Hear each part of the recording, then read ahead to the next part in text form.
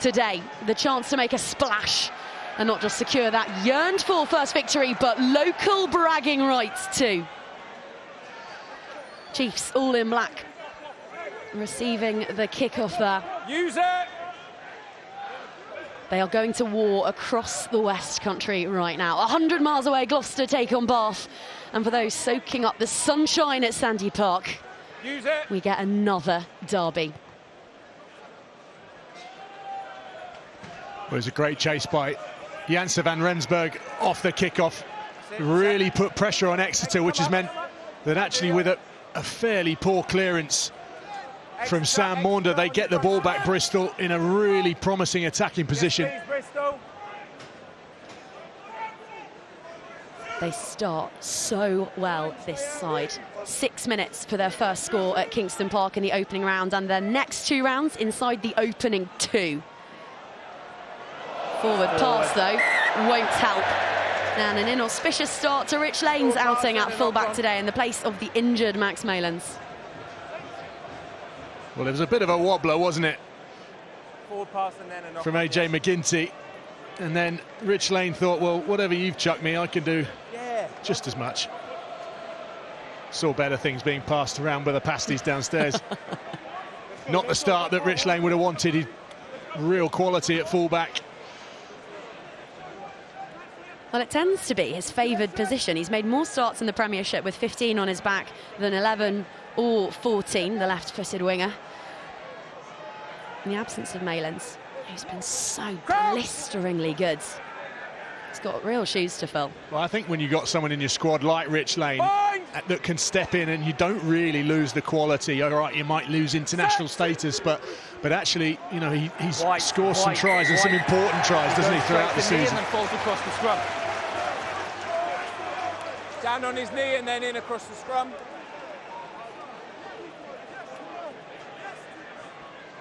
Well, first the forward pass, an error in the backs for Bristol, and then the penalty going the way of Chiefs at the scrum. Fine work there by C.O. Yendall and Street. Max Leif. He's been around for a fairly long time. I'm not sure there's many props in better nick than Max Leif. Really under pressure there. And now, as quickly as we saw in an attacking opportunity for the Bears, this is exactly what Exeter want, Robs Baxter wants. They want to make a mark early in this game. Yendall, pinpoint onto the new man, Molina, one of his first jobs in Chiefs colours. Out it goes wide, the skip pass onto Hodge, gathered from his bootlaces. It's 15 on 15, Lane affects the tackle, but the offload is a peach and sits up for Vincent.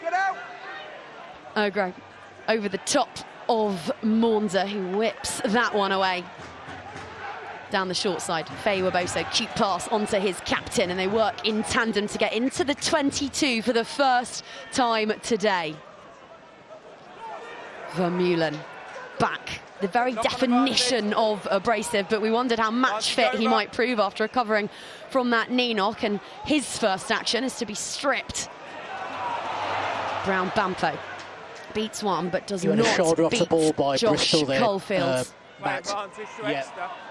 Whereabouts? Voice of David Rose, our on the TMO. 5 metre line, just on the Exeter side of Matt half Carley pops an arm out, advantage going the way of Chiefs. Lane pilfers that one, so back we come. He's pushed him in the back off the ball. Push off the ball. Coming back, having played the advantage, which wasn't coming It was the from an Exeter Bristol point 14. of view, but I love that from Great. Yes, he might have number 2 on his back, but actually stepped outside, used his left foot. It was a brilliant kick, to be honest, and I think Ibitoye was slightly disappointed that he didn't get his man to deck straight away. Instead, he got fended. You're right. That's the penalty for. Well, what an afternoon Gabe Obagray had at the Rec last week. Player of the match, a try assist, 8 defenders beaten, top carries. We're still up on the line. Is that what you want, isn't it? It's going to be further than that, All guys. in the day's work. Come on the line, please. There you go, to the edge of the line. Thank you. Yeah, good. Look at this. Outside step. Brilliant from the hooker. Well, we've had one from the far touchline. Here's one from right before our commentary position, and this time it's Capstick who claims it. Molina was just setting up that breakdown for Maunda, but he let it stay with one of the bruisers up front for having a little dart himself. It's well read, though, by Woolmore. In for Ellis Genge, who's amongst the replacements for Bears. And with that England squad in the week, there are some tasty, tasty names lurking amongst the reinforcements for both sides.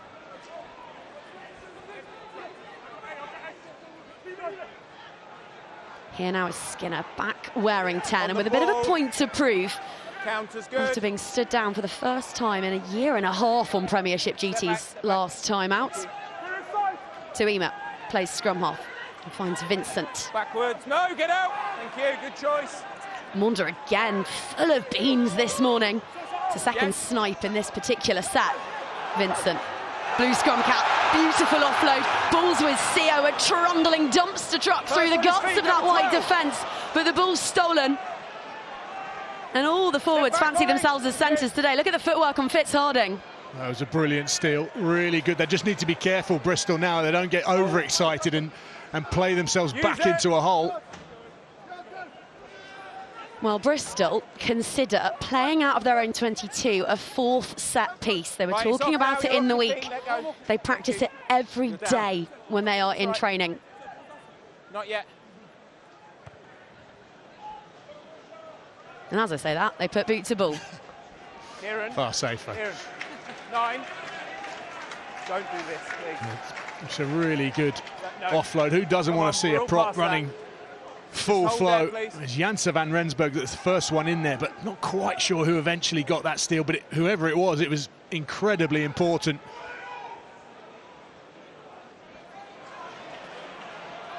Third line out in as many minutes for Chief. Yendel and newbie Molina are getting the reps in. Woodburn, who has been beyond amazing at outside centre, to quote Rob Baxter. And here he is again. Just puncturing the gain line. Getting that front foot ball for Chiefs, which they were so starved of against Saracens last week. Their front five made 7 metres between them over 80 minutes. But this is punchier. Good contest, good contest. They just need to keep hold of it at the breakdown. Up and over the top, looping pass to a squatting Brown Bampo.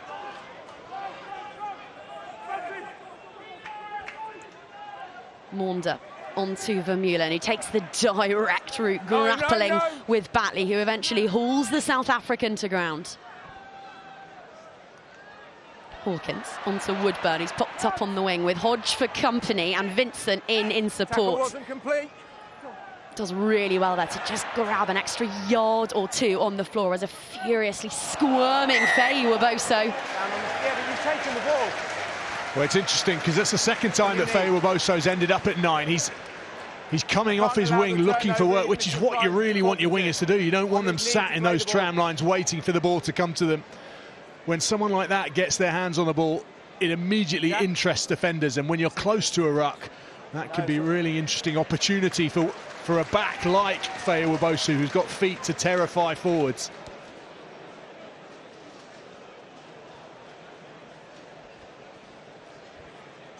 The only individual called up by Steve Borthwick this week for that. With the Bristol guard, let's keep going that there. only. And let's be a bit proactive. Listen to Matt Farley. Line out with the Exeter 10, and your arm being in the air and then moving. That's it. As long as you're the back player. Yeah. We'll come back to Steve Borthwick. Josh Hodge, the Premiership's pre-eminent marksman this year, 8 of his 9 kicks slotted so far, and the scorer of every one of Exeter's points up in North London last week against Saracens.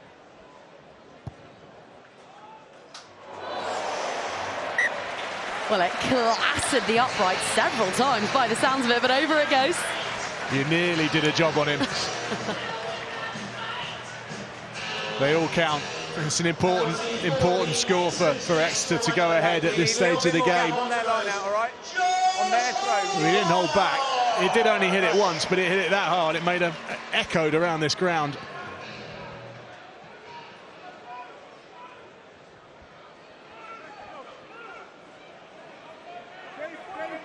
Let him go. Hawkins. Wales is Hawkins, Chiefs Hawkins. Buried beneath a monochrome caterpillar from which Exeter rise. And look at the kick chaser soaring. Brown Bampo delighting those here at Sandy Park. That got a proper round of applause. Wait here, wait. And then Hawkins again kicks that and immediately gasped, hands to his face. Ball still live. No, I'm still in absolute wonder about how Brown Bampo stayed in the air for so long. Just watch this. I was just thinking, wait, and then you can put the tackle in, but he'd almost hovered in the air. It was a great take in the end. Make sure you watch me. Fantastic piece of skill. Let's play. Couldn't tell if that was a slow-mo replay or not. The hang time was divine, just briefly deciding to opt out of gravity. Well, judging from his legs, he's got a bit of power in him.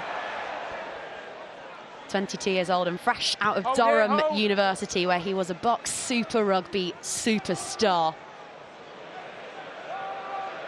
And it's another university star, Faye Waboso, who races back to gather that one. And you can just feel the excitement every time he gets his hands on the ball. Well,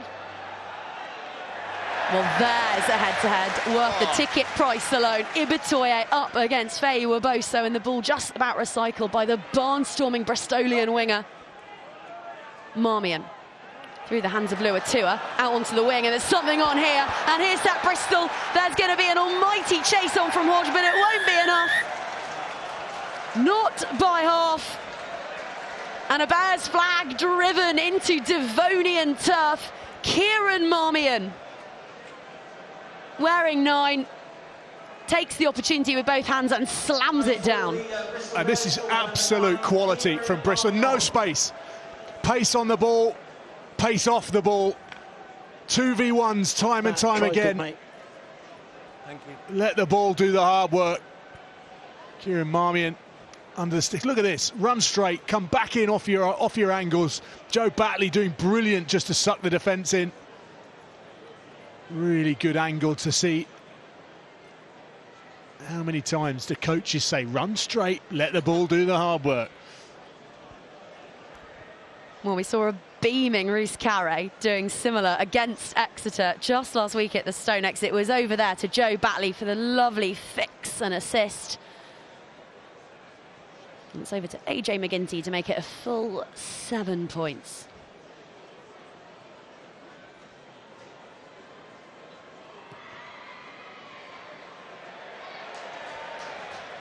Drift wide, flags stay down, but the first try goes the way of the visitors. I can't emphasise. Look at, I mean, it's just brilliant. You talk about attracting defenders. You don't have to be going forward to fix defenders. It's about where they are in terms of the vicinity of you as a player with the ball in hand. Good acceleration onto the ball from Batley, which draws in the fullback. Try for Bristol. Well, such is the grip that Harry Randall has on the number 9 jersey at Bristol. This is just Marmion's 5th Premiership start. Okay, one's played them on, one's played them on. His 8th try in the competition. He scored more than he started. Hodge now swerving and wheeling and finding Tuima. Then the offload from Capstick, but it's messy, and there's an almighty job for Yendel. There's a Jackler in position and you rolled again. Yeah, I know. I felt like you had possession and you rolled again. So when someone comes in to try and steal the ball, you have to stay where you are. Jack Yendel knew exactly where he was, and that was isolated. Brilliant break from Josh Hodge, but you can see from here, Yendel isolated, knows he has to buy time so that support players can get there with him. Can't do that, hence Bristol end up with a penalty.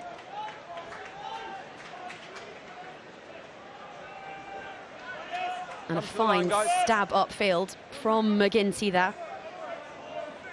Complete. 6 or 7. Over to Ogre, whose try-scoring rate rivals Marmion's. He has been on fire. And throwing clean as a whistle too, as he does there across the face from the try-scorer. Ball patted down. Here's there to Woodburn. Chase is on. Marmion's there. Lane is on. Desperate, scrambling defence from Bears. Gets it done for now, because Faye Waboso has it and classes into Luatua. Tuima.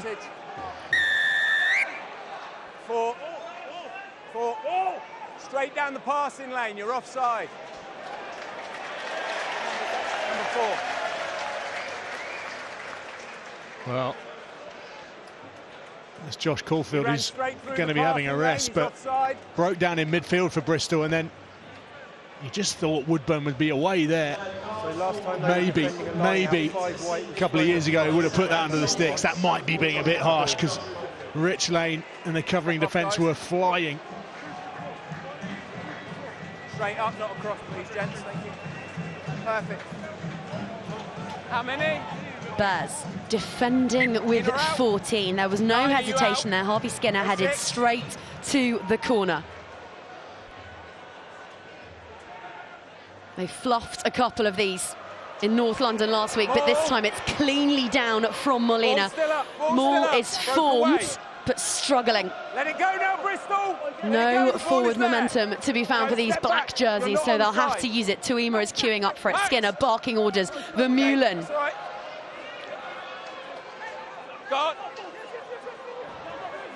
It's been stolen yet again. Each and every time Chiefs have got close to that whitewash, they have been pickpocketed by Pat Lap's men. Well, keeping the ball in those precious areas of the field is ultimately important in these games, because you don't get offered up too many opportunities. I think that's the 3rd or 4th time that ball has been turned over in the Bears 22. Fine communication there between Hodge and Brown Bampo, but also well read by young Jack Bates on the wing for Bears. Makes the tackle as the white defensive line resets. Hawkins onto Skinner, straightens, finds Woodburn. Beautiful pass to Faye Waboso. Offload back in field, but finds a Bear. And yet another chance goes begging for this ailing Exeter Chiefs.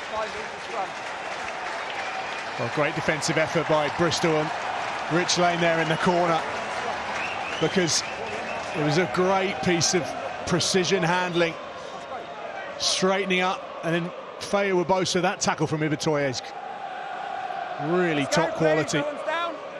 And then Rich Lane reading where the offload is going to come from. It's important that you try and get into those passing lanes when it's like reversing where you want the support players to be when you've got the ball in hand. Defensively, that understanding really helpful at those times. Look at this tackle though, nice and low, get underneath the fend. We talk about the sparkle and the razzle-dazzle of Bristol Bears, but they are looking more granity this year. Bar 19 visits for 26 points last week out the rack.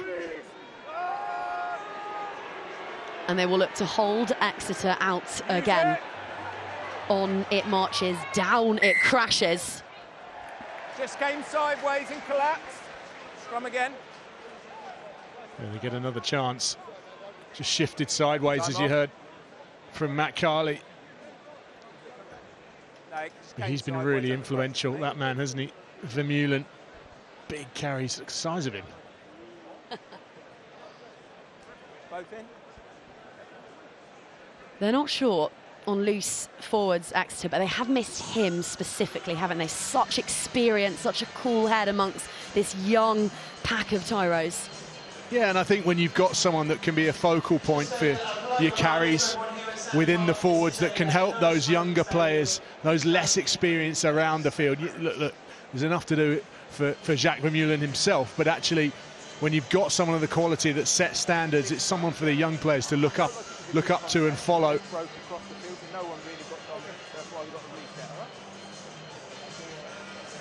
I think also, and it's been levelled at Exeter a fair bit, and there's a lot of changes. People have left the club and it takes time. That's external excuses. Internally, these guys all want to be competing. They believe that they can compete. And it's those understanding. We heard in the interview, actually, I thought it was really interesting from Rob Baxter. He talked about roles and responsibilities. Get your stuff right. When you remove people out of that situation, those bonds, that trust in between each teammate and collectively, it's not quite where it has been, and so you end up doing jobs that you shouldn't quite be doing, and that's something they're going to have to work on. And you can't be covering for other people. You have to do your jobs well, and when you can when you can set your standard like Jacques Vermeulen can, it allows those other youngsters to just follow him around, get their bits right.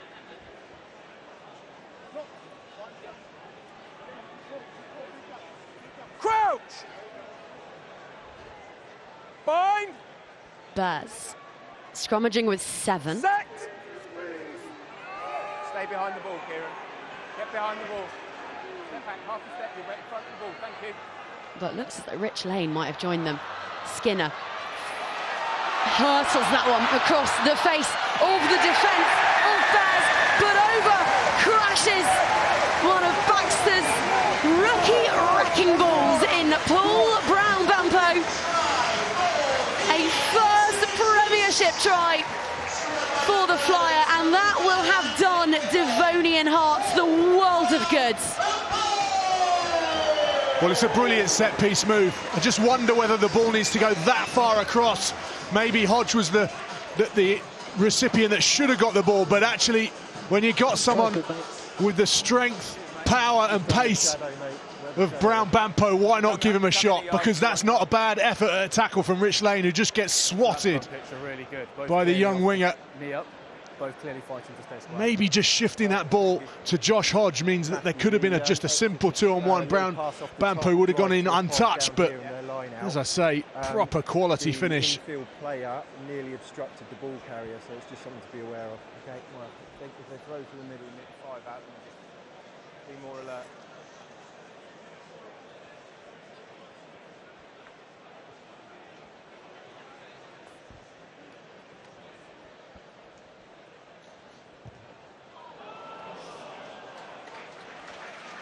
Well, the first one hit the sticks, the second one no one near, but Exeter do regain the lead in this one.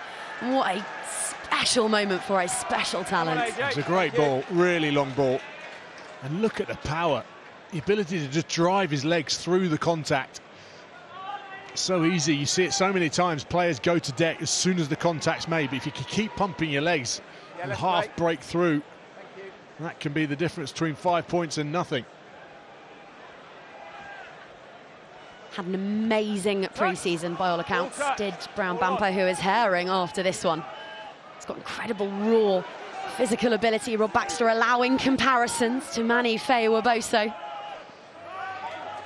who, it's almost hard to believe, but was having breakout moments at Ashton Gate against Bristol Bears just last year.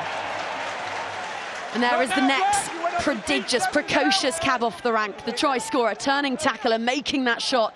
And it's ponderous ball at the breakdown there for Marmion, who finds Laheath. Double shot, triple shot. Vermeulen, Tuima and Vincent. That is an awful lot of muscle. And they might just have bagged this one back. Well, that's great work in the midfield from those big fellas, but they can actually tap their left winger on the backside as well, because he might have just run down the other end and scored a try, but the work that Brown-Bampo did there to just shut down that attack, almost swallowed up Bristol, stopped them dead on the gain line. That's what allowed the Exeter defence to reset and be in a more dominant position. And then it's Max Laheath, isn't it? It gets absolutely swallowed up. That doesn't happen that often. No, stay where you are. We'll start getting formed up. Your seconds are quite slow in anyway. Here we go. Let's go then, Bristol. Time on when I say crouch, please, Andy. Caught up with Jack Yendel in the week. 9 years now as club captain. He has been here forever. And he was saying that they showed a desperation towards the end of their match with Saracens last week that just wasn't present throughout the 80 minutes. Desperation is a word that is so laden with negative connotations, but it's actually been one of the buzzwords this week. You could see all of it in spades in that kick chase there by Brown-Bampo, which hands the home side this lovely attacking platform.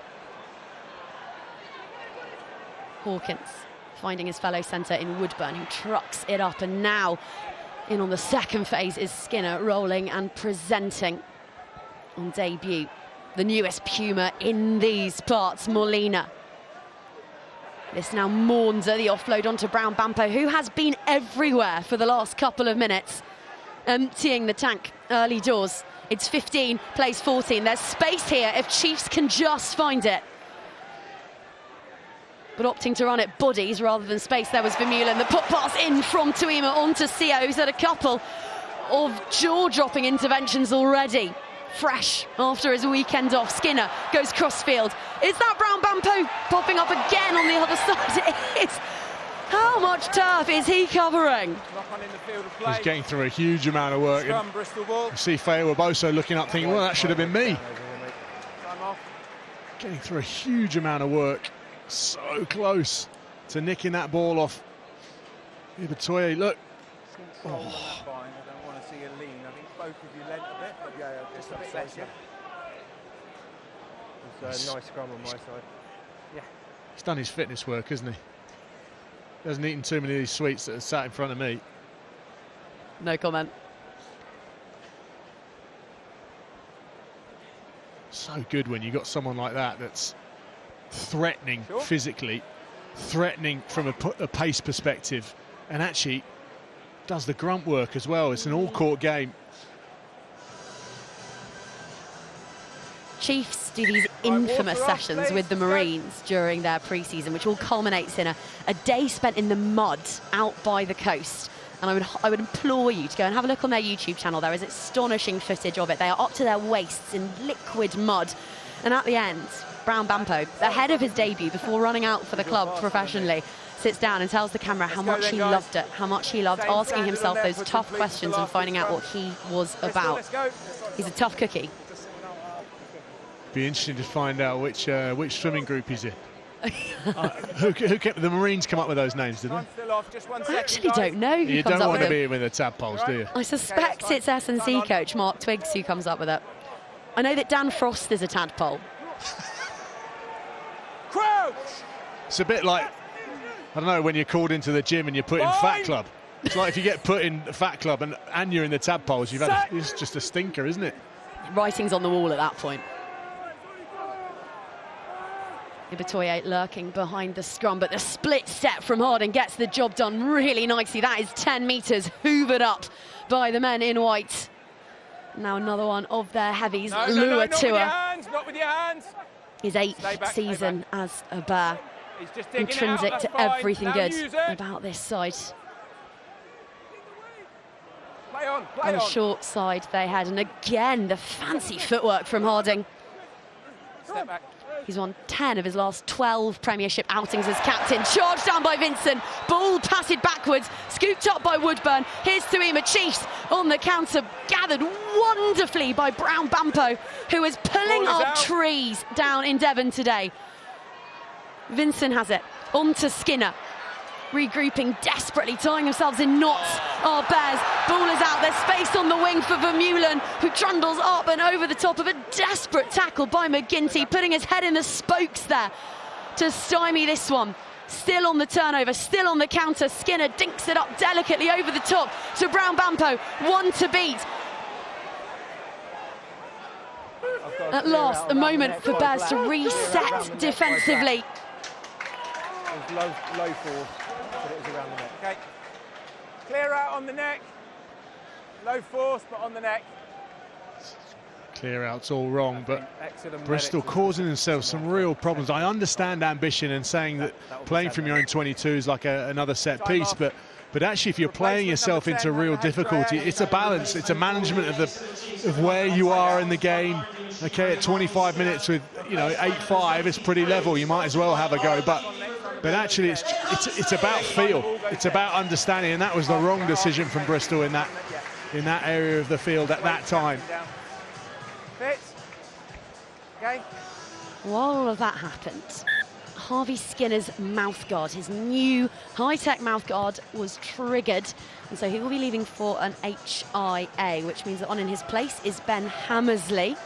Slight rejig of that Chiefs back line. On the assistant, guys, thank you. 7. So it looks as though once that takes place, Hawkins is dropping in at 10. Hammersley heads out to the centres. Woodburn remains at 13. You just wonder whether that's an understanding of where Bristol are going to look to try and attack. Hawkins far more physical. And it's the overthrown line out, lands in the breadbasket of Janse van Rensburg, and now McGinty. Bristol back to 15. Wing finds wing. Bates onto Ibitoye, the basketball pop pass. Oh, look at this, all the tricks coming out of the Bristolian box. Props in tandem now. Woolmore onto a pinwheeling Laheef. Marmion over to his captain, Harding, who carries half of Exeter with him. The offloads away. Absolutely essential tackle there from Ross Vincent. That's a try saver and a half. Caulfield, rested and full of intent and menace and determined to make his mark on his reintroduction.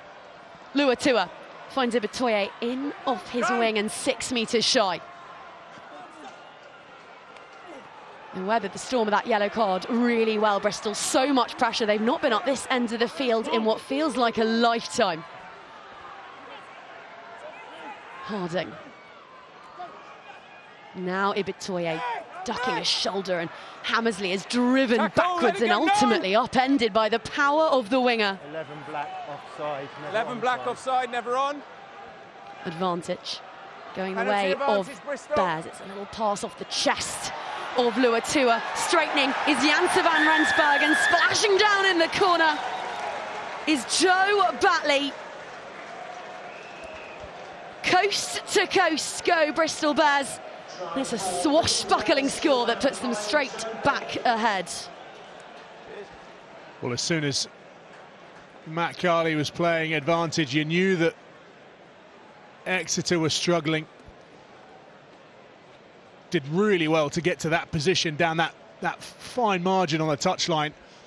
And then Brown Bampo straying offside. As soon as Janse van Rensburg, he picks the perfect line, because the outside defender feels really threatened by Janse van Rensburg taking off in a slightly diagonal direction. Hodge just hovers for half a second. And that's enough space for Batley to dot the ball down in the corner. Some brilliant scores already.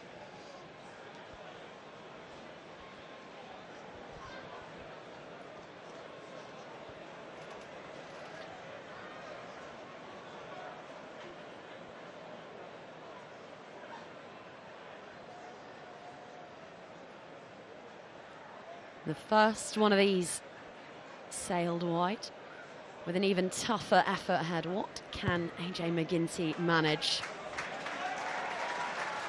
Oh, well, he nails the tricky one. It's 12 plays 8 with 30 minutes gone in this one. Good ball that pushes Janse van Rensburg. And really, no one's going to stop Batley from there. Big unit, 5 metres out.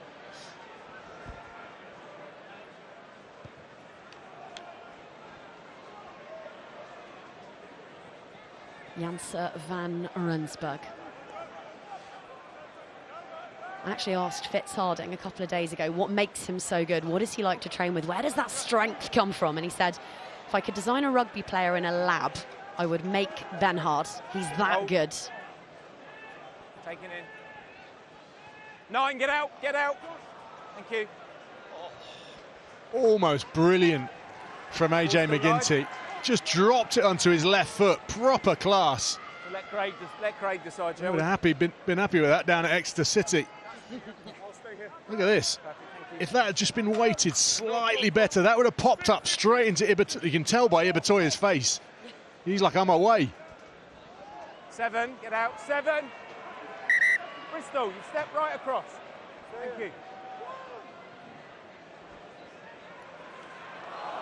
Regathered. Well, Baxter told us in the week, and then again pre-match, just how impressive Molina has been since arriving, and there he is now, just lofting that one up and onto his skipper. So switched on, so quick to understand what it is that Chiefs are trying to do. He's not calling the line out this week, but you can see the impact he's had on it. And they think that he'll be doing that in the future. Well, it's one apiece in the forward pass stakes. Back we come. Well, you can see that drifted forward. Very, very lucky there, Bristol, because it didn't really need to go forward. Yeah. Even if it had been flat or slightly back, I think Brown Bampo would have been away, and he had a one-on-one with Rich Lane, who must have been thinking, oh God, here we go. Let's play. You would not want a one-on-one with Brown Bampo, especially this afternoon, because every single thing he does is top quality.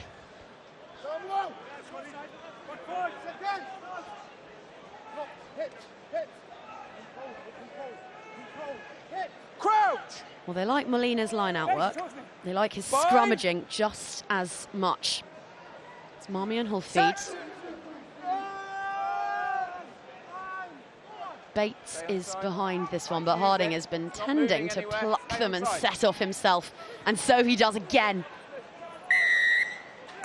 Obstruction, number 9. 9's clear. I think Exeter did well at just disrupting the back of that scrum, just getting in the way and being a pest. That's what ended up creating the scenario where number 9, yeah, in front of you, obstructed Marmion 9 from tackling you. got in front of Fitz Harding and then effectively blocked Sam Maunder like that. Well, yeah, made it pretty obvious in the end, didn't he?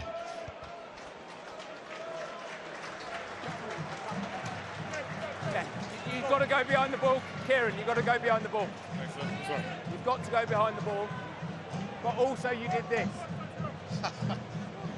Also, you did this and put your arms out, which made it really obvious for me that you were doing something you shouldn't have been. Love it. You can't call him unclear in his instructions, Matt Carley. Again, Yendel to Molina, a pattern that we've seen several times already today. And another thing that we're getting rather accustomed to is Vermeulen briefly flattening Bears in the midfield. He is back with a vengeance. And Rusi Tuima, player of the match in this one last year, is also making his presence felt. Marmion wondered if he might have had a clear run in.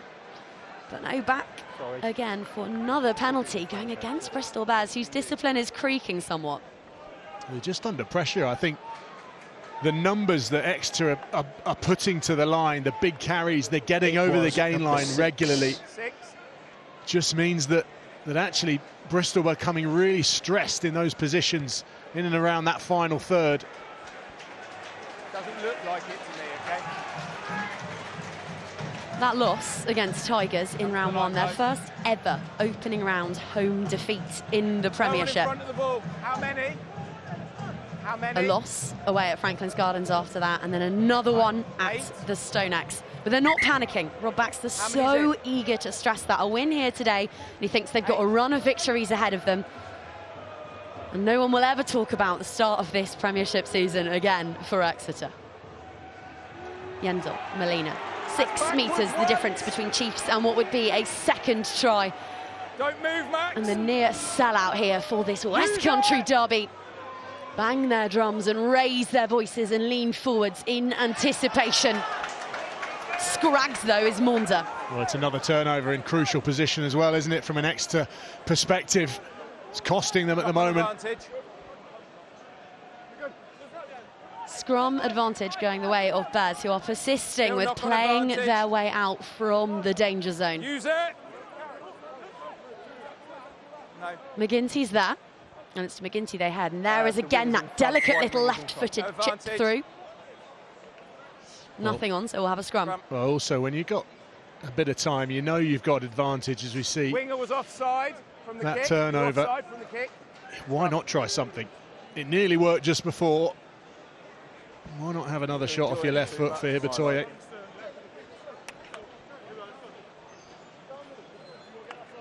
I'll protect you and give you the space. Just don't I think get. just coming back to your point about Exeter's start. Let's go. All right, they'll be disappointed to have lost to Leicester on that first day, but then Saints away and Saracens, who are flying. Well, okay, there's a lot of teams that are going to lose to those two throughout this season. So if you take them out, as Rob Baxter says, these are the ones that become really important. And his point was, building what you've just said there, they got a losing bonus point away at the home of the champions, which they salvaged in the dying moment, so that's showed huge fortitude. And then actually a 15-point loss to Saracens. By recent season standards, it's not too bad. Same one. Falcons away next Friday. And then they're at home to Harlequins on a long turnaround. The complexion of their season could be completely different by the end of round 6. Yeah, I think Newcastle will be licking their lips at Exeter going up there. I mean, really disappointing from their perspective last night. But Friday night, it's obviously a long trip from Exeter up there. It's an evening game, which is never that easy to manage when you're sat in a hotel room. I think that'll be one that Newcastle will have a crack at. Crouch! Bind! Set! Yes, let's go! Let's go! Right, 9, stay there. Use it. It's a one-armed looping offload from Harding, and then end over end goes that ball from McGinty, and it's the other number 10, Harvey Skinner, who will be reintroduced in just a moment past his HIA. So Chiefs have their playmaker back. Yeah, it's important. I think he's attacked the line well. He's taken it flat to the line. He's turned defenders. He's made good decisions on the ball. They will have this latest attacking thrust without him, though, so it's still Hawkins in at 10. Maunder finds Hammersley. Look at him dip ahead and pump those legs. Molina onto Hawkins, over the top to Faye Waboso, who just has got springs in his feet. The footwork is electric. That less so, but gathered well from a totemic height by Molina. Capstick back into the pocket for Hammersley, who throws the little dummy and then throws the ball. Tackle made by Marmion on Woodburn. Capstick with Luatua, open side on open side. Hawkins just delicately passing that on to Yendel, but he has hurtled through the washer and down again.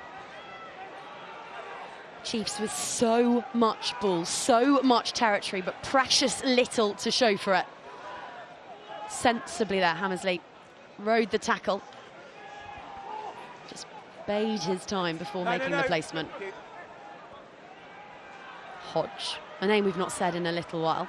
Brown Bampo, a name that we've said to the point of exhaustion, because hasn't he been omnipresent? Here is Street as the phases mount and the pressure builds, but still Chiefs not making it into the 22. They are being held at arm's length by a battalion of Bears. Faye Waboso, hungry for work, spots a gap, only needs a little chink of light to hurtle away.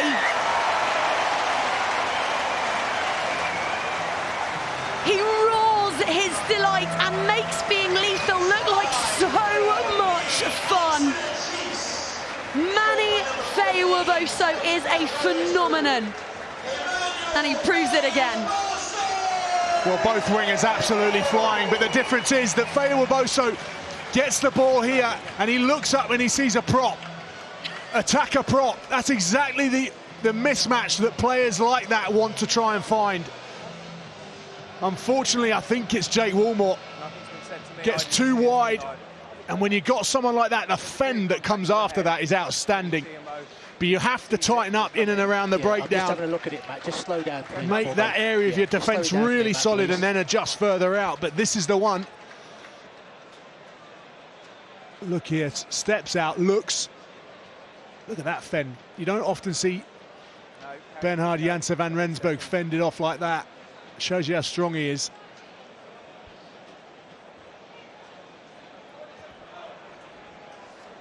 Yeah, it's all good, Matt. All good. Yeah. Been checked. No foul play. Well, David Rose, our TMO, is just checking a few details in the background there, but the score will stand, and what a time for it. No worries, mate. Chiefs will head in ahead at the break. Hodge with the opportunity to compound that lead. And so he does, with a swish of those platinum locks. And Manny Faye Waboso, who this time last year was playing up the road in Taunton, and who has scorched his way to Sandy Park, to Twickenham, to Eden Park, and back again. Ensuring that it is Chiefs who head in with heads up and face-splitting smiles. Scores from the two wingers, Brown Bampo and Faye Waboso. Responses from Marmion and Batley for the visitors, and 3 points in it after a highly entertaining first 40.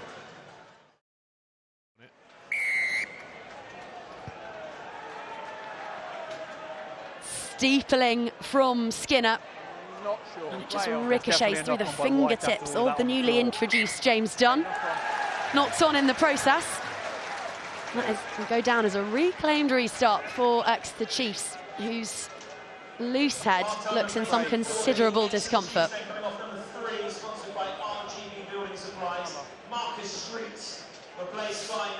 Scott CEO, you just wonder whether he hyperextended his elbow a bit. It's not really a very pleasant injury to have when you get your elbow caught underneath a player, especially when you've got arms the size of his. The 32-year-old Wallaby, whose rugby has taken him all the way from Sydney to the south coast of England.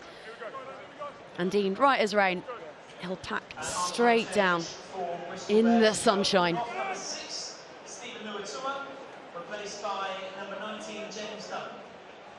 And out on each touchline for Chiefs, their try scorers from the opening 40, Faye Waboso and Brown Bampo. Double-barreled, full-throttle thoroughbreds. Sacked.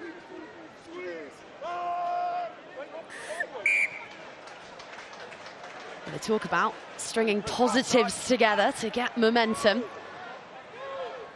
It's been one-way traffic the opening minute of this second half. Capsticks carry.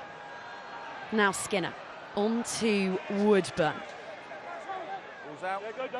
Most tackles and most turnovers last week in North London for Ollie Woodburn. Looking so at home with 13 on his back.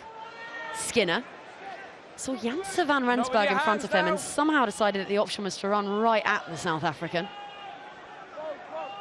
Vincent taking on Woolmore with a little help from his mate Yosefa Scott. Ball heads in and onto Hodge. And one of the many Pumas involved today, Grondona, told to get his mitts off it. What a debut he had at the rack. A pair of tries. 17 tackles and a yellow card just to keep things interesting. Quick ball again, front foot ball for Chiefs, who are grappling their way upfield through Molina. Vincent, well read, what a shot that was from Joe Jenkins in the midfield there, but they reload and they go again, and right before that, packed out stand who are baying. Got a high tackle, their approval. Only by Bristol 3 on 15. It's been a high shot from Max Laheath, which means that there's a free hit coming the way of Exeter there. That kick was lovely, but we will have to come back upfield. Yeah, they'll come back because if they get the penalty, they can kick to touch and regather possession. They racked up the phases there, did Exeter. It almost looked like they'd gone through at half-time and they need to try and play with the ball in the air a bit more. Their offloading game coming to the fore. But I think the shapes that they're using are allowing them to get to the edges of tackles, and they're shifting that point of defence all the time. Further, away Makes from it you, really difficult for Bristol to realign, to get set, to come forward together with some sort of defensive integrity. Yeah, you're there now, Matt. You're there. You want to kick it go? Yeah, that's right. Kick it go. Time's off. Kick it go. Put time off. Yeah, well, that's what I thought it was. When it gets called back and Matt Carley walks very slowly bang into the middle of the field, you go, yeah, do you know what? While we're here, sorry, mate, we'll have a shot. Why not? Just hope they've got all the kids out of the way. They're long gone. On the line, yeah, that's it. Thank you.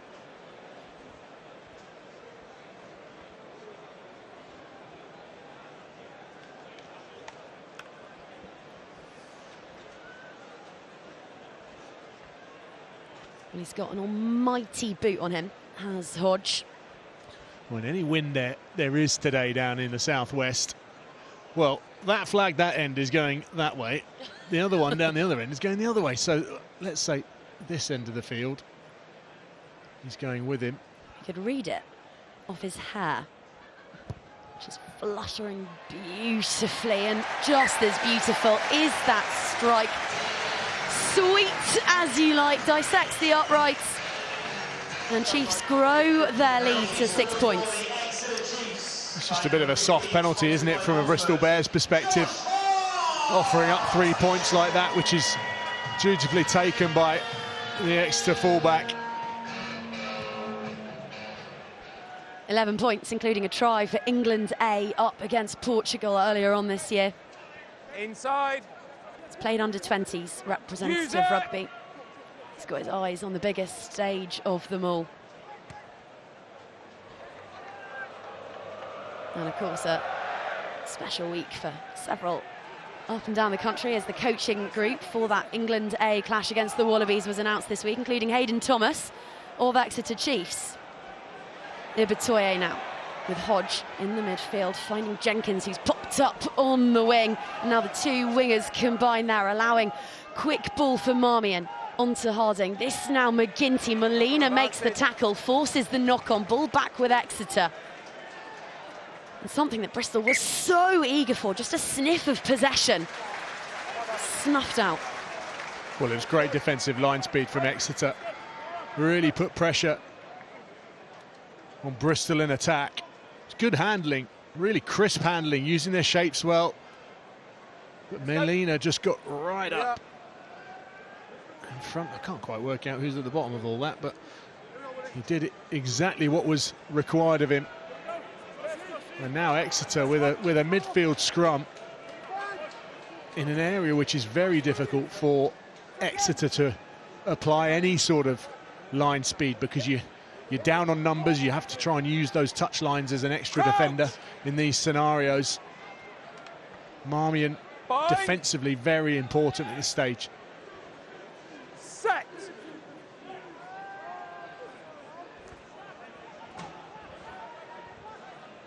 Black jerseys and white ones. And cleanly struck in away from Chiefs, whose scrum has held firm brilliantly so far this afternoon. The man at the base, Vincent, next to have a chug. And it's a skittling, awkward ball there. Yosefa Scott can't get down to gather it, but ball played illegally. So another penalty going against Grondona on that occasion.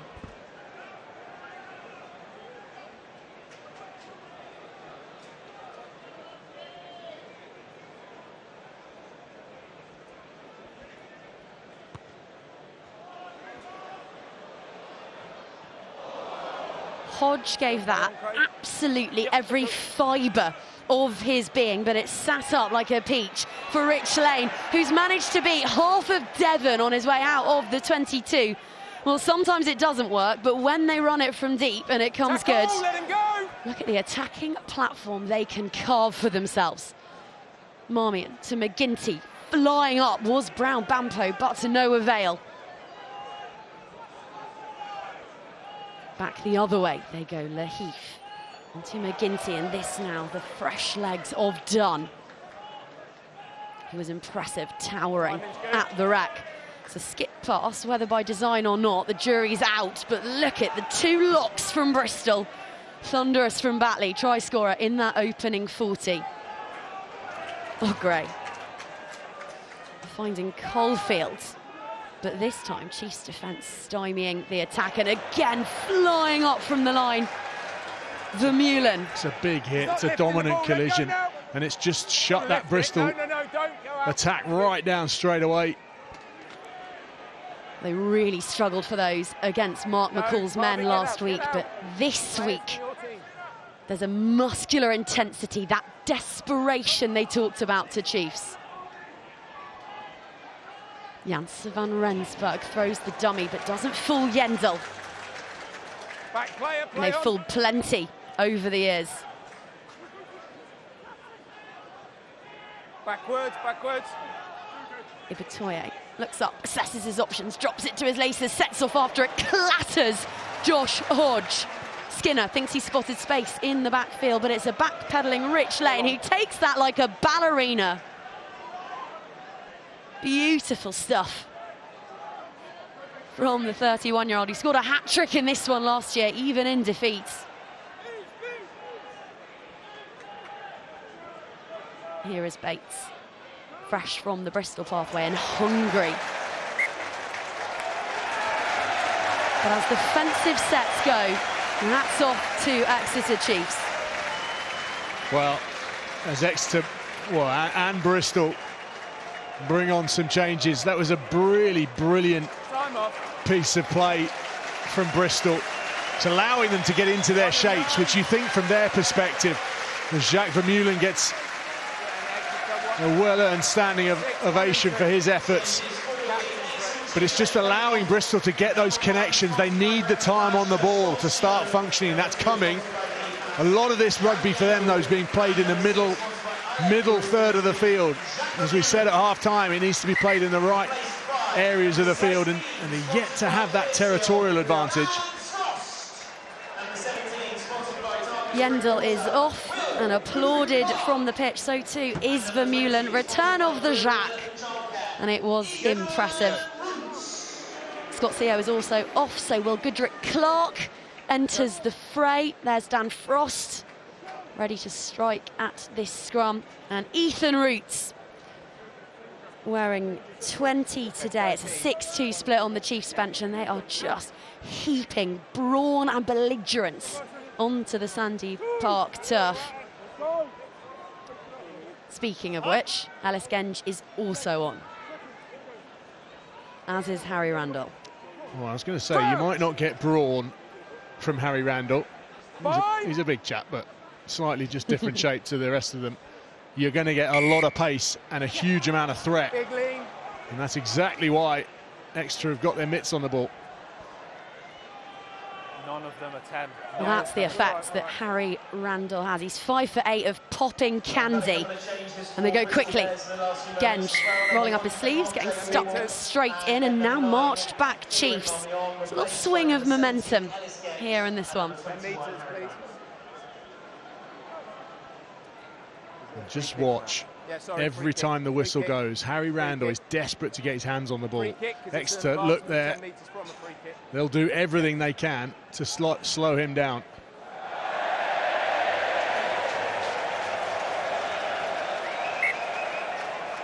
Bristol on the line. Yeah, Use the line, just one of those ones. Forget it, move on.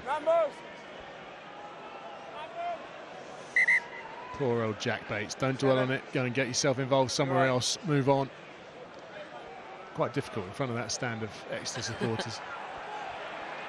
Well, he got 3 minutes at the rack last week, young Jack Bates. His first Premiership appearance since January of last year. That's how torrid a time he's had with injury, so bit of rust.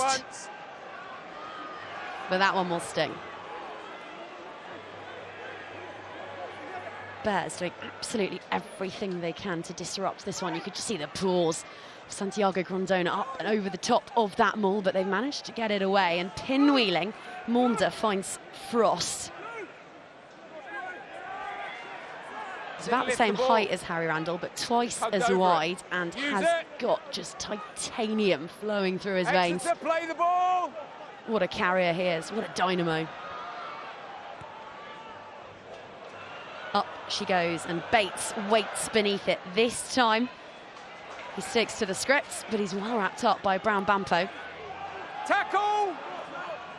Inside.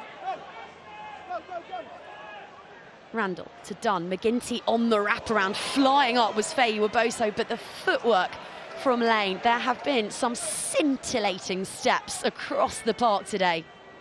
One from Genge there. Well, and you can use your footwork in attack, but in that position, it's so crucial that Rich Lane used his footwork to get his team out of trouble. Harem, scarum stuff. The ball is ripped. Tackle raining in from Genge onto Roots, whose first carry is a beefy one. Speaking of beef, here goes Ross Vincent. Capstick with help from Goodrick-Clark. And now the Sandy Park faithful start to raise their voices as flooring it is Woodburn around the corner, setting off. Fine tackle from Bates, needed to be made. They're 15 metres out now, Exeter.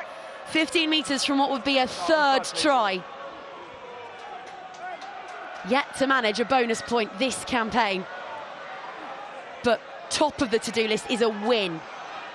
They need a victory today, and Hawkins is hoping that every twist and turn that he makes there will get them closer to exactly that. Skinner onto Hodge. Going laterally at this stage, Chiefs. Be aware that player stay down. Ibitoye has stayed down. You're on the wrong side, two Jacklers. Penalty earned. Maunda looking to go quickly, but Allgrade just whilst you're in Jackling. slowing things down. Well, an Exeter. Josh Hodge slightly slow to his feet, but with this sort of positioning, with the score on the board as it is, 18-12, taking another 3 would be perfect, but instead they've gone for the corner. What do I know? Tackle of the wrong side whilst we had a Jackler.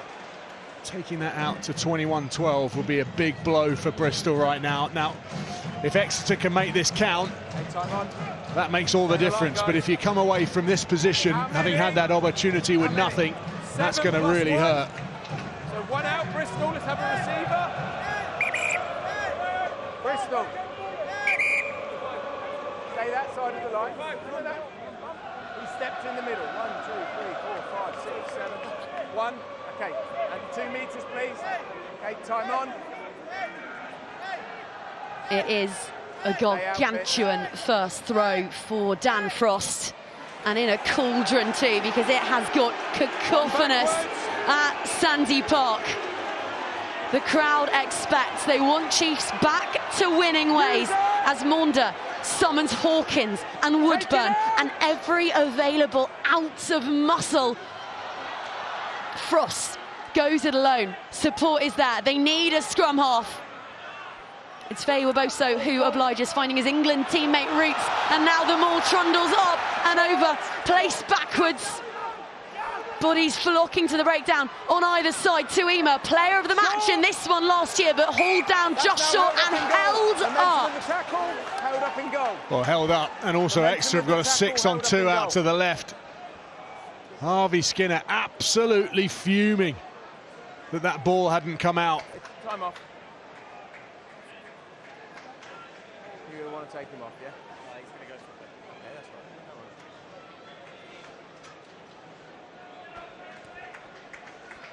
right. Good D anyway from Bristol.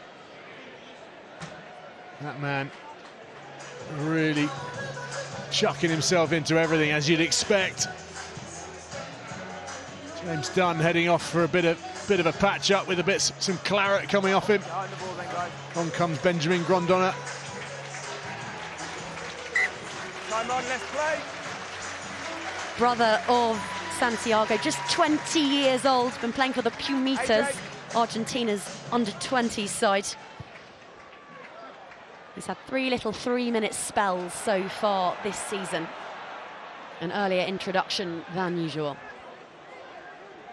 No, 7, thank you. Vincent will be hoping to be back with Gonzalo Quesada's Azzurri over the autumns. Playing for Italy. Every moment, of course, live on TNT Sports of those brilliant, robbing autumn internationals. Tuima wallops into Harding. And Tom Cairns on, wearing 22, replacement scrum half for Chiefs, whips that one onto Skinner. Does so again there. Here's Hawkins. Fizzes that over the top. Brown Bampo. Snapping ankles. And now Goodrick Clark, who does something slightly more straightforward, but gets the job done just as well. Delay on that pass up and onto Vincent. You moved out. So strong, so powerful, but so quick too. Speaking of speed, down the touchline, Brown Bampo, not held, gets away. He's only gone and got himself a brace. Bish, bash, Brown Bampo. And the Chiefs production line just keeps churning out starlets. He's absolutely loving life, and why wouldn't he be? Bucks rugby to Premiership rugby, easy peasy. Molina, big second rows using their hands, who would have thought it? Simple stuff, we've seen it in the first half. Pick your defenders off, poor decision to step in there from Bristol. But my God, did he shift down that touchline, opened up. Still had a fair bit to do, but he left that Bristol defence in his wake. I tell you what, he continues in this form. Steve Borthwick will be paying another visit down to the southwest. Apparently there's another winger.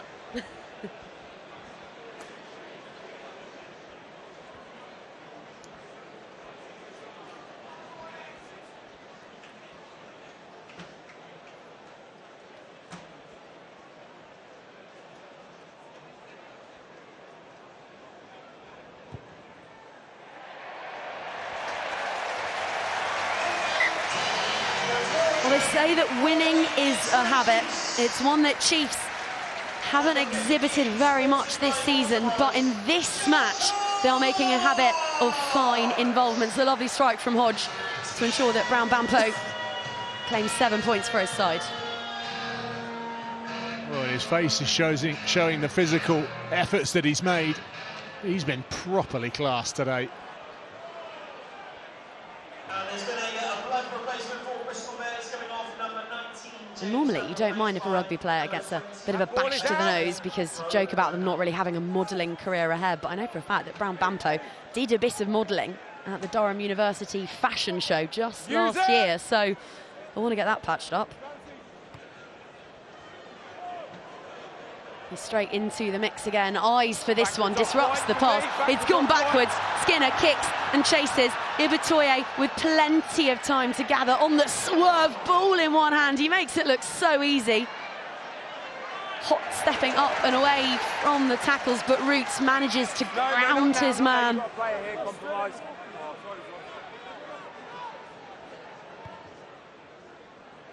It's a great kick. That's a proper kick, that from Harry Randall. Get your hands on the ball, slow it down, will play up here. Oh, he nearly got it, didn't he? And it was a foot race. 5x the replacement. Some good backspin on that kick. Well. Exeter. Yeah, is it a 5-man? Jack Dunn, in his third year in Chiefs colours, is on and into the pack. But your thoughts, having had a first glimpse at Franco Molina? Well, I think the fans have made it clear what they think of him. I think he's been brilliant. He's chucked himself about as you'd expect an Argentinian to do. But it's the little bits. The bits like putting away Brown Bampo for a score. They're the bits that Rob Baxter wants to see as well.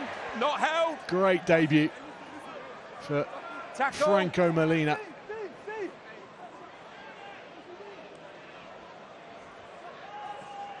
Here's another Puma. They are everywhere. Santiago Grondona. And straight in over that ball, McGinty. Heads back the way he came and onto Ogre, who's still going onto Genge on the wing. Randall now back against the grain, eventually brought down before a Greek chorus in the stands over in the sunshine at Sandy Park. Bristol scoreless in this second half. It has been unanswered dominance from the hosts. And you can tell the enthusiasm, it's creeping into their defence. I say creeping, it's been there all day. Line speed's just going up and up and up. Every time Bristol get the ball, they're on the back foot. Unless you can just win the contact area like Janse van Rensburg just did. Intercept from Faye Waboso, and if you want to stop Manny Faye Waboso, you're going to have to catch him first. The dive at the end is the exclamation point that score merited. A first bonus point try of the season for Exeter Chiefs. And they are rebuilding the ramparts at an ecstatic Sandy Park. Well, and they're absolutely flying now, aren't they, the Chiefs? They're back. You can see the relief from the reaction from Faye Waboso. But it comes from line speed in defence. Get up, get flat, and try and pick those wide balls off. He almost he read the mind, didn't he? But I think it was AJ McGinty. I'm always slightly concerned about people's rib cages when they do that, but good deftness just to push the ball up in the air, regather it, and let's see it. Come on. Oh, that's gonna hurt. He practically came back down with snow on him. He went so high. Oh, and Josh Hodge knocking over the two.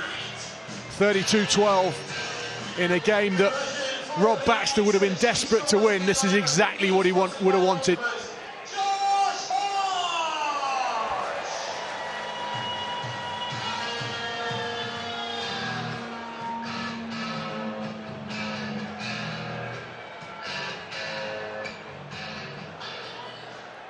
Exeter Chiefs have won this second half so far by 17 points to 0.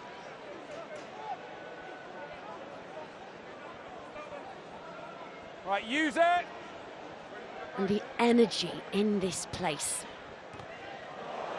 is something to behold. Still scrapping though. Joe Batley affecting the charge down there. Yeah, and Bristol aren't going to roll over, and this will really annoy them, given what they would have come down here expecting to do. The fight will be in there. None of these teams will roll over. The wheels might come off, but they'll be doing everything they can to get themselves back into this. What have we got? 17 minutes left to play. Bristol will believe this isn't beyond them. They just need to get their hands on the ball, but they've been needing to do that for the past hour. Seal off, 17, stay up, please. Randall will want to go quickly here. And in being denied that opportunity by Tuima, Chiefs are marched back 10, and this is a prime piece of real estate for Bears.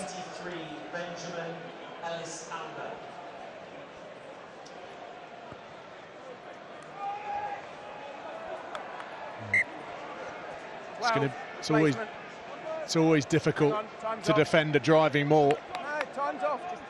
which is why AJ McGinty's knocked that ball to the touchline rather than tapping and going. As Joe Hawkins comes off, 2 meters receiver. I think he's been really good today. Run hard, run direct, but he's also shifted the ball around. Harding rises to claim it. This was an area that they really struggled with last week against Saracens, and Bristol know it. There is blood in the water here. Can they get themselves a first score of this second half when they have been stymied something rotten? Back where they started, 5 meters out, but with an advantage this time to flex. They can get it wide if they want. Ibitoye is right out hugging this near touchline, but they're driven backwards. And we will bring the penalty into action. 16, come here. Captain, 16. Twice in a row down here that your players have either taken the ball away or stopped them from getting the ball. He took the ball and kicked it away. Lead the field. Well, Dan Frost made that slightly personal against Harry Randall since he's come on. As I say, they don't want Bristol to get their hands on the ball and shift it quickly, but you've got to let people get the ball when it's their penalty, when the penalty's been awarded against you, and that could cost Exeter. 15 minutes to play, 10 of which will be done with 14 men. Okay, 2 meters here, 2 meters, thank you. It was at this time in the match and in this exact location at the Rec that Ogre scored off the back of an attacking line-out, but this time the arrows are wide of the mark. Chiefs have the ball back, and they will not be in any rush whatsoever to play their way out here. Play the ball! It's out. It reflects really Bristol's afternoon, I think, that line out. It's been there or thereabouts, but it hasn't quite been on point. It hasn't been accurate enough. And when they have had the ball, Thank you, Will. they've not done what they wanted to do with it.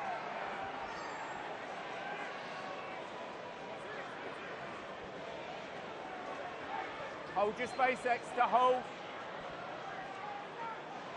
Yellow card for the Exeter Chiefs and a visit to the sin bin for number 16, sponsored by Clearseal. Janssen van Rensburg charged down Skinner, just turned to see where the ball had landed, but the answer was in the hands of Bates, who is bouncing and ricocheting through the midfield. And look at the line speed there from Vincent, but the ball's away, and with Ogre, and he scored a rolling maul try last week.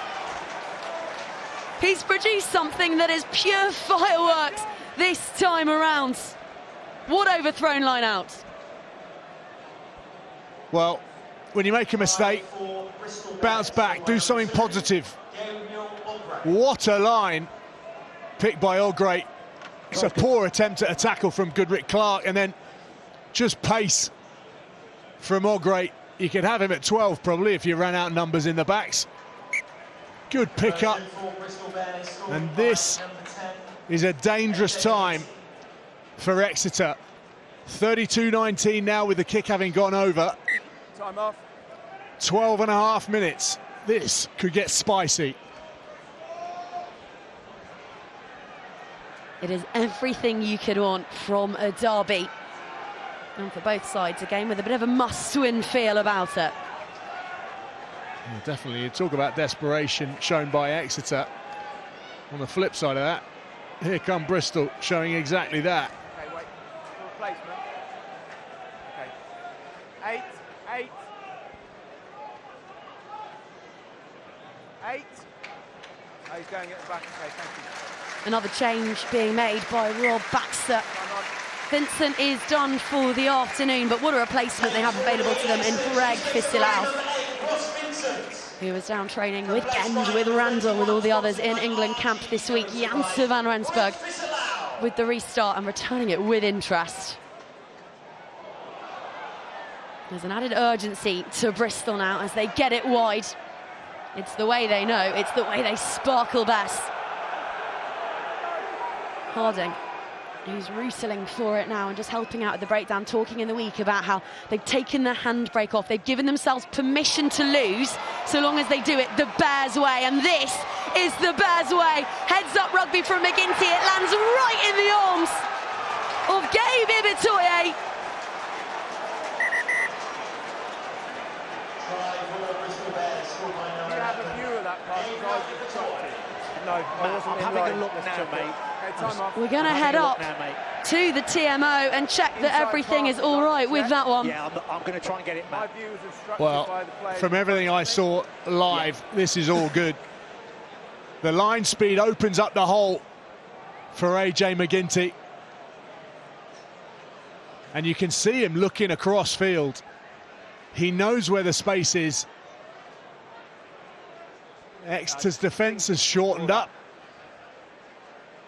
Just bear with me, Matt. I'm still trying to find the actual footage. Just bear with me, please. Tell you what, if this goes down as a score, I was fine with the pass on the way out. It's the one that comes back in. we Here it have comes got up one now, hell Matt. of a game on our hands. That ball is brilliant. That's fine. That's fine. It's this The one pass here. inside from this player. Yeah. That's not gone back. That's not forward. He's overrun it. To me, doesn't look. Although the player's in front of him, he has to reach a long way back to regather the ball. So it's whether the ball comes forward out of the hand there. That's not gone forward. It's I gone don't think backwards. it does. No, the ball does not go forward out of the hand. He Okay. does reach back to collect it, but it's not a forward pass. Try. Yeah. Ball doesn't come back. Can't be go slowing the forwards game out down of the for, hand clearly. for instances like that. It's gone backwards. Yes, that's correct. Yeah. It's a try. This way. Time's still off. AJ McGinty This way. with the 2 points. Spice has arrived. I know you're in a rush. Time's The off. try I stands don't want and the it is ball a kicked. pearler. Crucially, it's a bonus point score to boot. AJ McGinty just looking up, just put it in space, let the wheels get hold of it. Proper squeaky bum time for the Exeter fans.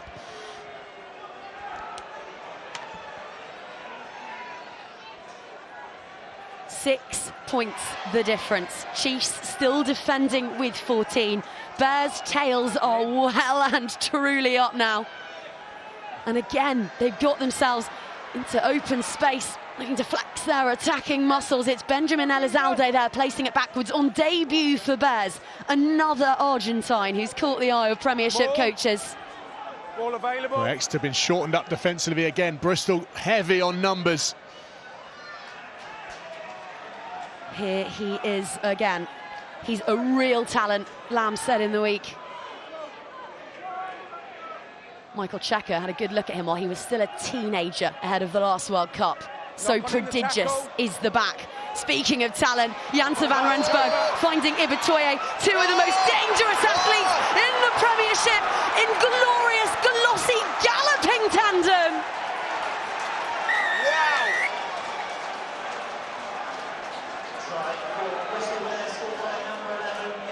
An utterly scintillating bit of top draw rugby magic.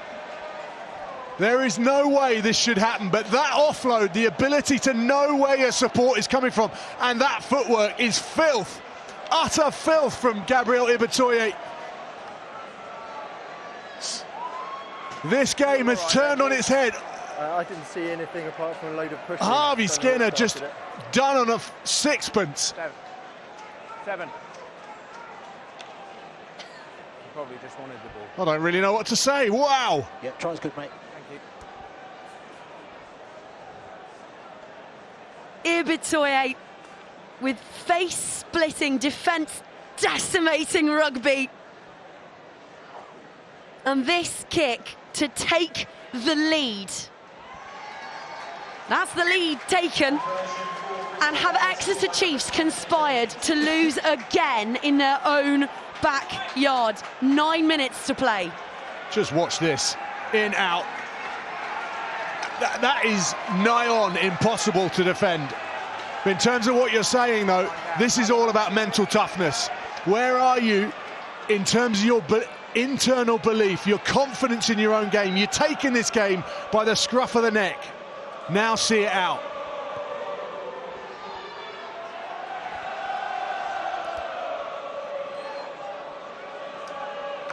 Janse van Rensburg going again off the restart. They keep sending them right down the South African's throat. Tackle. And like No, a no, no, mulleted no, no, no. missile, he keeps making up the ground. Randall to Ogre, bit of miscommunication there, but didn't to go backwards off McGinty. Right, step back. Thank you, Will.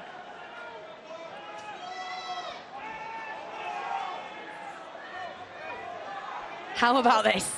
For Saturday afternoon entertainment, tries by the bucket load, and some of them absolutely magnificent. That less so. At least we have a moment to get our breath back. Always inside. And this is probably the balance, because you've come back into the game. Now, somehow, you're leading the game. Why play in your own 22? Stick the ball 50, 60 metres down the other end of the field. That's exactly what Ibitoye was saying to Harry Randall. Not on the space, okay? I wonder how often Joshua Yosefa Scott has thrown in at the line out. Dan Frost remains off the park. They're keeping this simple, you can see it. No deception there, nothing complicated, just capstick, lifted up to gather, and then Hammersley straightening. That ball is out. Capstick slow to rise, but it's to his side of the field that they have headed. Fisilau stripped, ball knocked on though. Forwards. He ripped it out, the ball travelled forwards. But again, without a front rower, this gets interesting for Chiefs. You're right, Harry? Yes. You got blood there. Come on. This is going to be a really mentally challenging period, because they've got to find a way to get themselves up again on the scoreboard. They're down a man, and they're having to weather a proper Bristolian storm. Number off. 19. Off for the replacement for the hooker.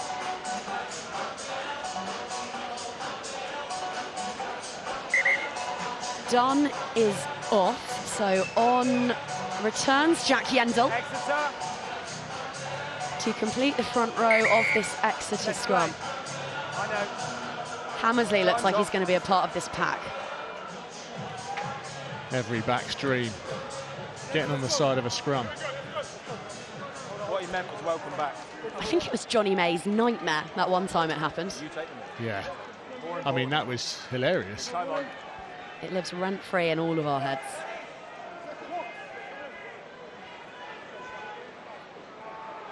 Crouch! Interesting setup from Exeter. Fine. Skinner and Faye were also right, tucked in right behind the scrum, but they're only 6, 7, maybe 8 metres infield, and with a penalty. Straight down on your knees. 18, straight down on his knees. If you're an Exeter fan, please just take the 3. Right, Jack. Yeah, kick it goal.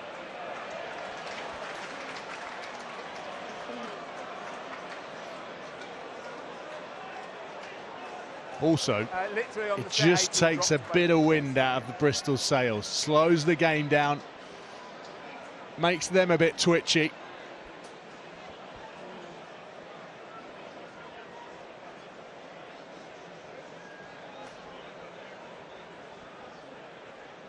The yellow card has proven nigh on disastrous for Chiefs, but what it has done is ensured that Yendel was on the pitch to help with making the pragmatic decision here. Yeah, this is definitely the right decision. Now, a young player to potentially win it for his team. 5 from 6. This, the biggest of the lot. Over it sails and up rises the crowd at Sandy Park. 35-33 with 5 minutes remaining of what is turning into a bit of a West Country classic. Well, it's like two heavyweights, isn't it? Stood toe-to-toe, just slugging each other. Who's going to topple over first? Oh, AJ McGinty. 10 metres, play on. Puts it on a dime. Capsick all too happy to gather and bring his side back onto halfway. They've stemmed the bleeding, but this one is still very much alive and kicking. Tackle. Well, we've seen what Bristol can do from distance. So they just need to be careful where they play the game. They don't overplay, kick on their terms. All available. Roots with a trio of heavies to help him up and over halfway. Another one joins the pack and down they crumble.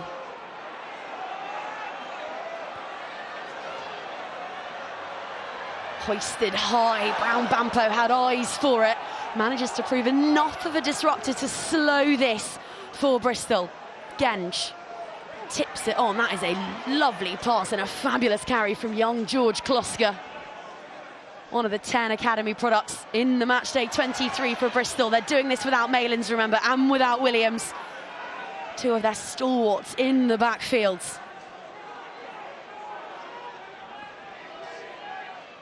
Elisalde. Well scragged by Woodburn.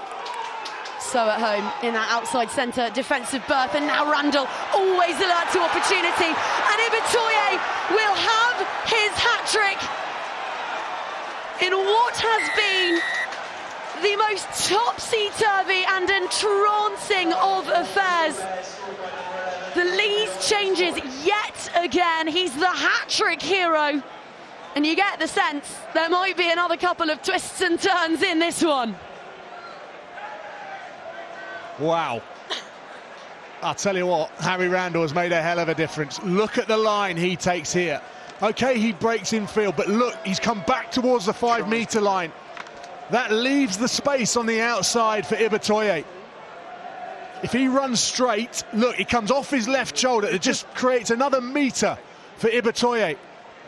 And then look, Josh Hodge is quick, but he made nothing on Ibitoye. So the sin bin is over. So 2 comes back on for 16. Hat-trick for that man away from home. 38-35. What are we seeing? The contact injury, so they play with 14. They've run out of substance, a contact injury, yes. Agreed.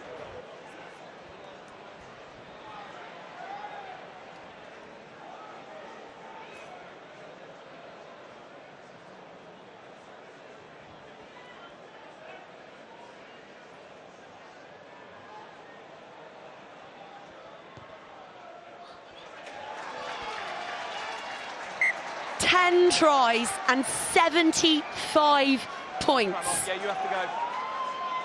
Look at that. Hang on, time's off. Such a good line Ollie. from Harry Randall. He is the grateful recipient. Ollie. Yeah. Time is off. So, because the player who went off, number 19, is injured, a contact injury, the sin bin has reversed, so 2's gone for 16 to come back on, or the other way around, sorry, but you have to play with 14 because it's a contact injury and you have no replacements left, okay? Okay. Yeah, they have to play with 14, that's all. You have to play with 14 because you've run out of replacements and it's a contact injury. Whoa. Tell me when What a scenario to be faced with. Exeter with nothing left in the tank. They can't make the changes. Run out 5 minutes. Sorry, 3 minutes, 2 minutes. Can't do my maths, there's so many numbers on the board.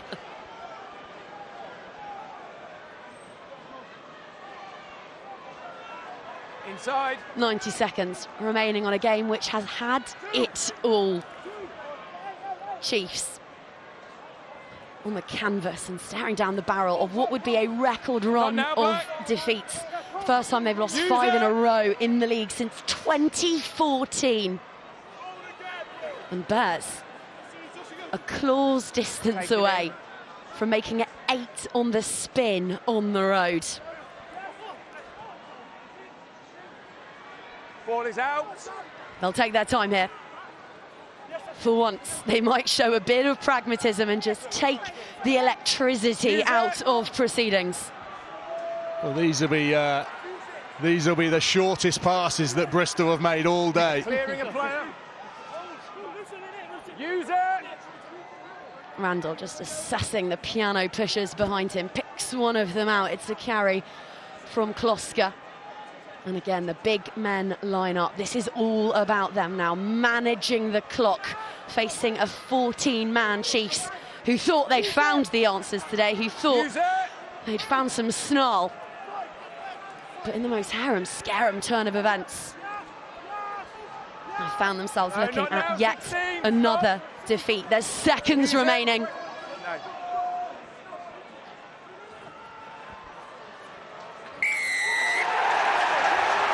And just when we thought we had run out of our allocated drama for the afternoon, Exeter come up with the penalty. Time off.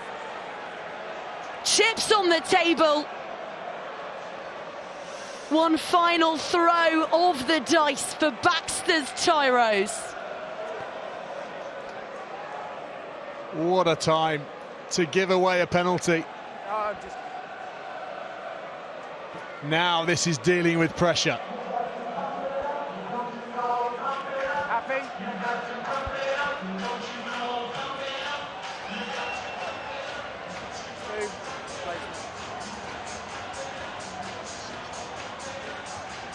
He's coming round the back. We'll make sure he goes. Pat Lam makes at the very death one more change. Off heads Gabriel O'Gray, on comes birthday boy Will Capon, 25 today. Happy birthday, Will. You can play your part in one of the games of the season. No one in front of the ball. Step off, Ellis, thinking. Make sure they land.